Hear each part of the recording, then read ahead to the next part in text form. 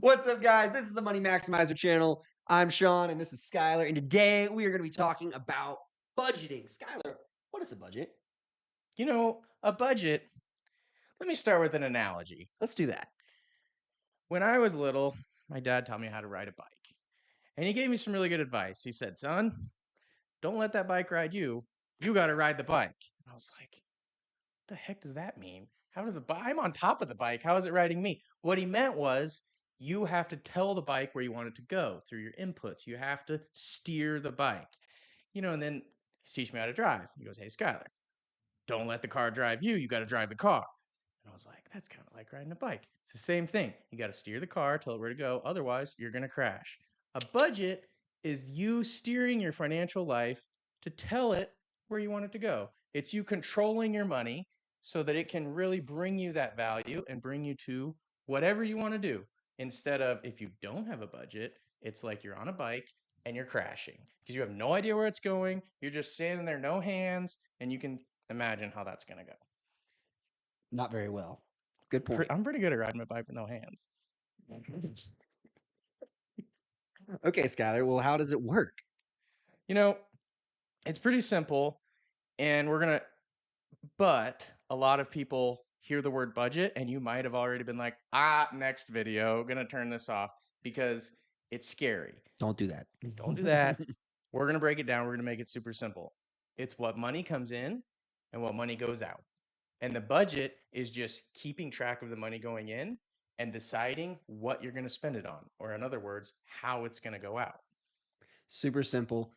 Any money that goes into your checking account, I don't care if it's from grandma, dividends, your paycheck, whatever it is that you know it's coming that month, that top line is going to get called income. Correct. And then whatever goes out of your checking account, those are classified as expenses. Even if it's moving money to savings, that's technically an expense. But we'll get into that later. Simply put, money leaving the checking account is expenses. Income minus expenses gives you what's called a surplus, hopefully. So hopefully that means you're spending less than you're making. Exactly. So first thing in the budget, you've got to gather all of your financial documents, not documents, but your incomes, your expenses, and you probably know the big ones. You probably know how much you pay for rent or how much you pay for your mortgage. You probably know how much you pay for your cell phone bill, internet. You're going to gather all these expenses. The harder expenses are the ones that are variable, like when I'm Utilities. eating food, utilities, gas. Gas goes up and down. So those are a little bit more challenging, but kind of use your best judgment. So I like to think of it as I'm going to look at total, and I look at how much money went into my checking account. That's income. How much money went out of my checking account. That's your expenses. Then you can start breaking it down into different categories. Absolutely. So what Skylar just laid out was everything that goes into a budget. And for me, I'm an accountant. I look at it on a more granular level. So what I do is I bin it. Or if I'm going to go out to eat, I classify that as part of the food budget. You can set different things inside of the budget that are smaller accounts, which is just taking a portion of your checking account and saying it's allocated for this, for food, for gas, for rent, whatever that account is. It's simply put a chunk of the checking account. Exactly. And the most important thing about this is you have the expense, the total number of expenses right, and you have the total income right. How you bin it is really a personal decision. It's what Absolutely. makes the most sense to you. For example, Sean and his budgets car and cell phone together. That doesn't make sense to me. I would budget car and gas maybe together, but car and cell phone to me don't make sense. But he has reasons for doing that, and that's what makes sense to him. That's how he can budget. So that's what he does, right? So it's the same thing for you. You might think of a budget in just random categories. You might color code them based on how they make you feel. I don't know. If that works for you, that works for you. But the next step is to figure out exactly, you're going to see all these line items and it might be overwhelming. You might be like, oh my gosh, I'm spending that much on Netflix. And then what I want you to do is I want you to calm down. It's okay. And I want you to think about what value does that expense bring me? So we'll use not targeting Netflix. It's just what I thought of. So sorry, Netflix, if you're watching this, no shame. I pay for Netflix. It's okay. We both do. So say your Netflix is, how much does Netflix cost? $12? For the family plan or for the individual? Whatever. It's For $12.99. $12.99 individual. $12.99. you're paying $12.99 for Netflix, and you work at a job and you make $10 an hour after tax. That's your take home. That's what comes into your, and so you're sitting there and you're like, that is just over an hour of my work every month that I'm doing for Netflix. Is it worth me trading an hour of my work for the Netflix? And I like to think about that because sometimes dollars and cents, it's just doesn't make sense. And so I like to make it into another analogy, which for me is time. How much of my time does it take to pay for this thing? For you, it might not be time. I think that's a really easy way to do it. Might be ice cream cones. McDonald's ice cream cone is $1. I think it's more than that now. Let's just say it's $1 ice cream cone. Was at one time. It was at one time, inflation, we know.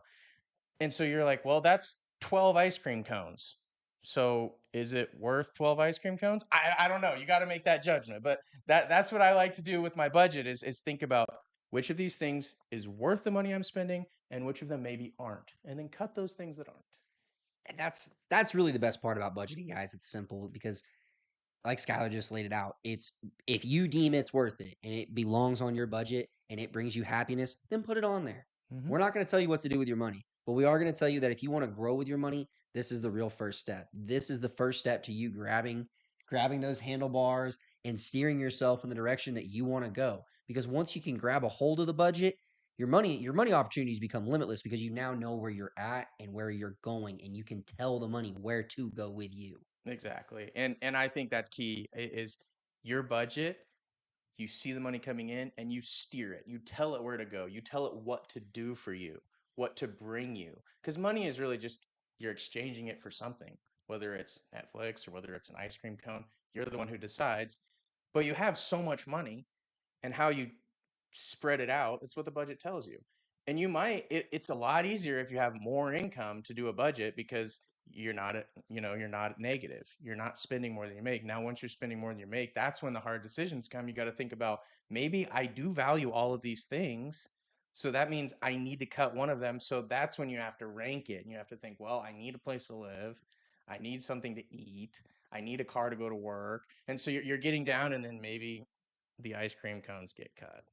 It's rough to see the ice cream cones get cut, Skylar. I know. I love ice cream. But he's right. Those are the essential expenses. You can't live without a place to live. It's hard to survive without eating, and it's really, really uncomfortable to live in the winter when it's freezing in your house. So utilities are really nice to have. Exactly. But at the end of the day, if that happens to you, there's two things you can do. You minimize your budget or you increase your income. Ideally, you're going to do both, and you're going to look at how do I make more money while spending less or spending it on the things that I want.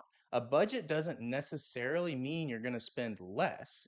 It just means you're going to spend less on the things that you don't care as much about, and you're going to spend more on the things that bring you value, bring you joy, bring your family comfort. Absolutely. And then over the time, you can just start to whittle down on if you have debt, that's on your budget. You're whittling down that debt, or maybe you're building up for a savings goal and you're saving up for a house. And you can, now that you have that budget and you know what your surplus is, and you can start throwing money at that house, you can see yourself building to it, and then you know how long it's going to take you to get there.